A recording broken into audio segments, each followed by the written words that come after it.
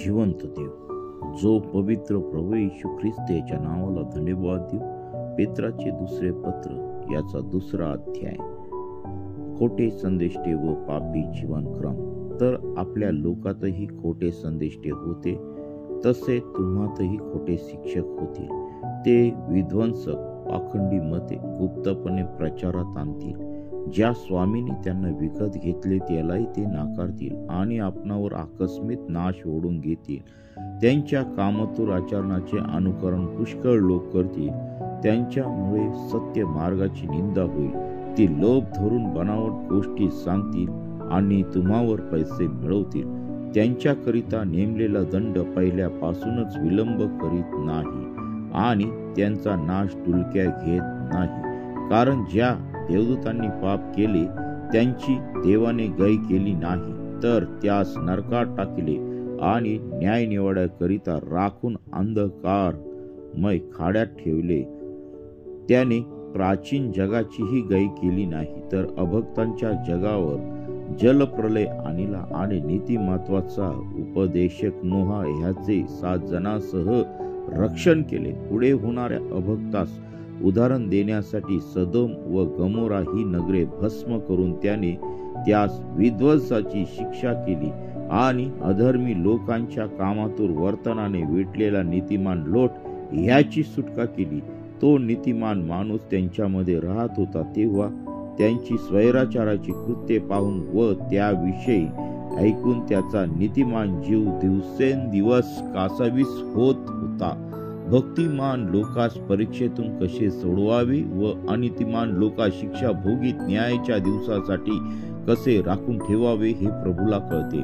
विशेषतः अमंगळपणाच्या वासनेने देहोपभोगाच्या पाठीस लागणारे व अधिकार तुच्छ मानणारे यास कसे राखून ठेवावे हे प्रभूला कळते. ते उद्धट, स्वच्छंदी, थोरांची निंदा करण्यास व न भिनारे असे आहेत.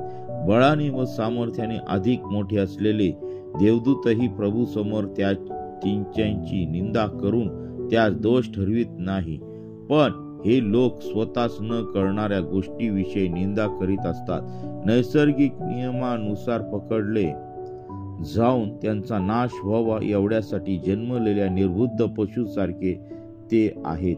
त्यांचा स्वतःच्या भ्रष्टतेचा नाश होईल आणि तिचे वेतन म्हणजे अपकार हा त्यांच्या पदरी पडतो. दिवसा ढवळ्या चैनबाजी करण्यात ते सुख मानतात. ते डाग व कलंक आहे. तुम्हाबरोबर मेजवानी झोडताना ते कपटाने वागतात व त्यांना मौज वाटते. त्यांच्या डोळ्यात व्याभिचारिणी सदाची भरली आहे आणि पाप केल्या वाचून त्यांना राहवत नाही. ते अस्थिर मनाच्या लोकांना मोह घालतात. त्यांचे हृदय लोभाला सवकलेले आहे. ते शापग्रस्त लोक आहेत. ते सरळ मार्ग सोडून बहकले आणि तिचे वतन प्रिय मारणारा बौराचा पुत्र बलाम ह्याच्या मार्गाने ते गेले. त्याला त्यांच्या उल्लंघनाबद्दल वाग्दंड झाला. मुक्या गाढवाने मनुष्यवाणीने बोलून संदेष्टांच्या वेडेपणाला आळा घातला. ते निर्जल झरे वादळाने उडवलेले धुके असे आहेत. त्यांच्यासाठी धनांधकाराची काळोख राखलेली आहे. भ्रमात असणाऱ्या लोकांतून कोणी बाहेर पडले न पडले तोच ते लोक त्यांना व्यर्थपणाच्या फुगीर गोष्टी सांगतात व दैहिक वासनाधीन करून त्यांना कामातुरपणाचे मोह घालितात. ते त्यांना स्वतंत्रतेचे वचन देतात आणि स्वतः तर भ्रष्टतेचे दास आहेत. कारण मनुष्य ज्याच्या कायात जातो त्याचा तो दासही बनतो. प्रभू व तारणारा येशू ख्रिस्त ह्याच्या ज्ञानाच्या द्वारे जगाच्या दाणीतून सुटल्यावर ते पुन्हा जर तिच्यात गुंतून तिच्या कह्यात गेले तर त्यांची शेवटली दशा पहिल्या दशेपेक्षा वाईट झाली आहे. कारण नीतिमत्वाचा मार्ग समजून आल्यानंतर आपणास दिलेल्या पवित्र आज्ञेकडे पाठ फिरवणे यांपेक्षा तो न समजणे ते त्यांच्यासाठी बरे होते. आपल्या ओकारीकडे परतलेले कुत्रे व अंग धुतल्यानंतर गाळात लोळणाऱ्यास परतलेली डुकरी अशी जी खरी म्हण आहे तिच्यासारखी त्यांची गत झाली आहे. वाचलेले वचन देवाप आशीर्वादित करो. आणि आजचा दिवस सर्वांना आशीर्वाद जाओ. आमेन. खरोखर ह्या वचनामध्ये देवाने आमच्यासाठी खूप सुंदर असा बोध केलेला आहे. खोटे संदेष्टे व पापी जीवनक्रम या ठिकाणी वेगवेगळ्या शास्त्रातील उदाहरणं आम्हाला या वचनामध्ये दिलेली आहेत. आणि म्हणून ह्या पापापासून आम्ही दूर राहायला पाहिजे, कारण पापापासून सुटका व्हावी म्हणून त्याचा पुत्र प्रभू येशू ख्रिस्त याला या जगामध्ये पाठवलं आणि त्याच्या रक्त आमच्यासाठी सांडलं आणि मग आमच्या पापांची क्षमा त्या ठिकाणी झालेली आहे. आणि आम्हाला या पापाच्या गुलामगिरीतून मुक्त करण्यासाठी प्रभू येशू ख्रिस्त या जगामध्ये आला आणि त्याच्यावरती आम्ही विश्वास ठेवल्यानंतर देवाने आम्हाला सार्वकालिक जीवन दिलेलं आहे. आणि खरोखर हे वचनाप्रमाणे आपण वागूया. या वचन आमच्या जीवनामध्ये आम्ही घेऊ आणि देवाच्या नावाला धन्यवाद देऊ. आणि आमच्या पापांची क्षमा जर देणारा कोण जगामध्ये असेल तर फक्त प्रभू येशू ख्रिस्ताशिवाय या जगामध्ये आमच्या पापांची क्षमा होऊ शकत नाही. तोच आम्हाला ह्या पापाच्या गुलामगिरीतून सोडवणारा जिवंत देव आहे. आमच्या जीवनामध्ये शांती आणणारा परमेश्वर तोच आहे. आणि म्हणून आपण त्याच्या नावाला धन्यवाद देऊ. आपण प्रार्थना करूया आणि त्या जिवंत देवाला धन्यवाद देऊ. आपण प्रार्थना करू. हालेलुया. स्तुती धन्यवाद ईश्वर देव बापा, तू पवित्र असा परमेश्वर आहे. हा सुंदरसा दिवस तो आमच्या प्रत्येकाच्या जीवनामध्ये तू जोडलेला आहे, त्याबद्दल मी तुझ्या नावाला धन्यवाद देत आहे. प्रिय प्रभूजी, आज दिवसभरातील होणारे सर्व कामकाज, होणाऱ्या सर्व प्रार्थना सभा, उपास, प्रार्थना, या सर्व गोष्टी तुझ्या पवित्र सामर्थ्याने तू आशीर्वादित कर. प्रथम आमचं जीवन शुद्ध आणि पवित्र ठेवण्यासाठी तू आम्हाला प्रत्येक बंधू आणि बहिणीला तू सहाय्य कर, मार्गदर्शन कर. लहान थोरापासून तर थेट वृद्धापर्यंत तू आम्हाला सहाय्य कर. आणि तुझ्या इच्छेप्रमाणे, तुझ्या वचनाप्रमाणे चालण्यासाठी तू आम्हाला प्रत्येकाला तू सहाय्य आणि मार्गदर्शन कर. होय पित्या परमेश्वरा, या सकाळच्या समय आम्ही तुला धन्यवाद देवा. आम्ही तुझ्या पवित्र चरणाजवळ येऊन आम्ही तुझ्या पवित्र नावाला धन्यवाद देऊन तुला गौरवाने उंच करावं यासाठी प्रिय प्रभू येशू तू आम्हाला सहाय्य आणि मार्गदर्शन कर. हे देवा, तू आम्हाला सर्व गोष्टी पुरवून दिल्यास त्याबद्दल मी तुझ्या नावाला धन्यवाद देत आहे. ओ पित्या परमेश्वरा, आज अनेक लोक तुझ्यापासून दूर आहेत, त्यांच्यासाठी आम्ही प्रार्थना करत आहोत. प्रिय प्रभू येशू, त्यांना तुझ्या पवित्र वचनाकडे तू घेऊन ये, तू पवित्र राज्याकडे घेऊन ये. त्यांच्या जीवनातील सर्व अमंगळपणा प्रिय प्रभू येशू, सर्व वाईट गोष्टी काढून टाकण्यासाठी त्यांना सहाय्य कर, मार्गदर्शन कर. पवित्रतेमध्ये तू त्यांना वाढव, तुझं गौरव दे.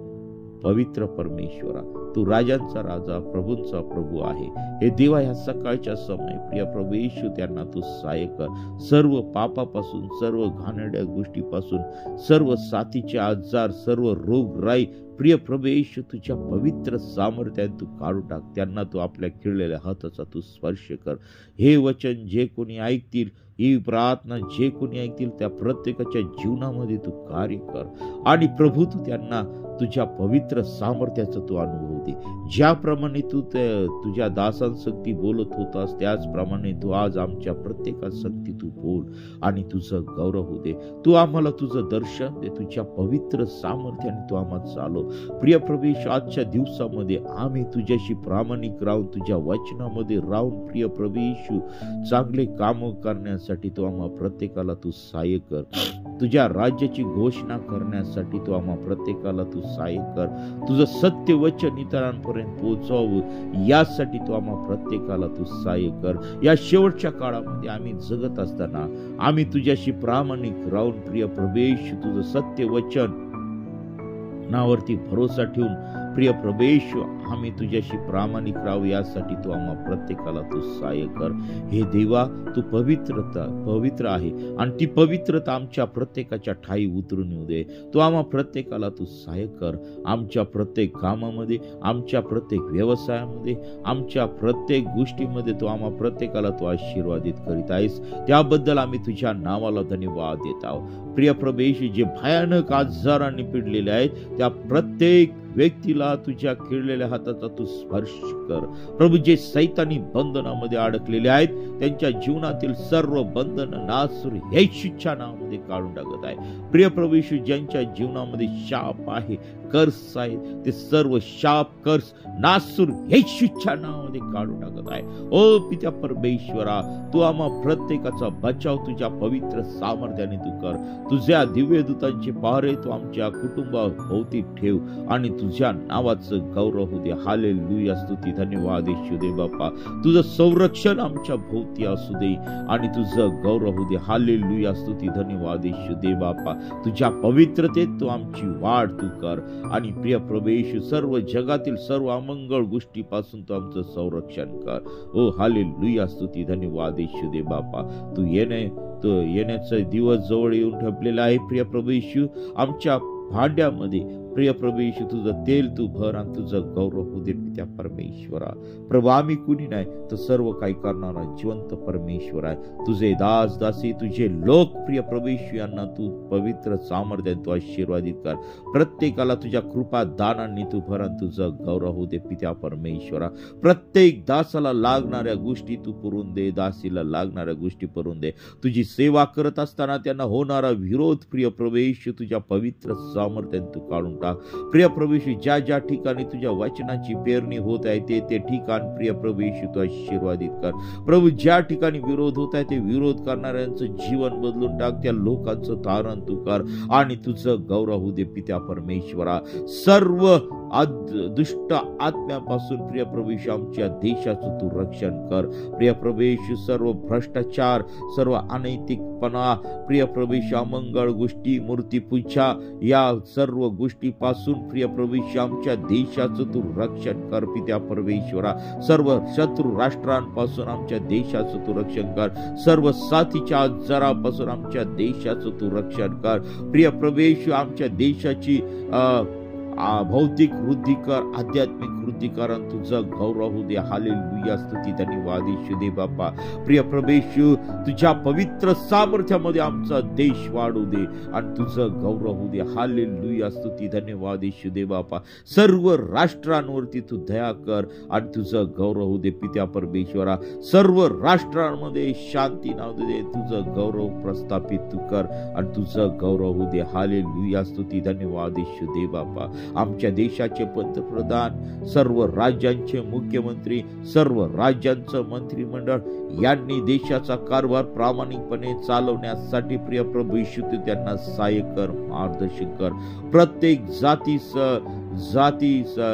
व्यवस्थांमध्ये प्रिय प्रभू येशू शांतीचं वातावरण असू दे आणि प्रत्येक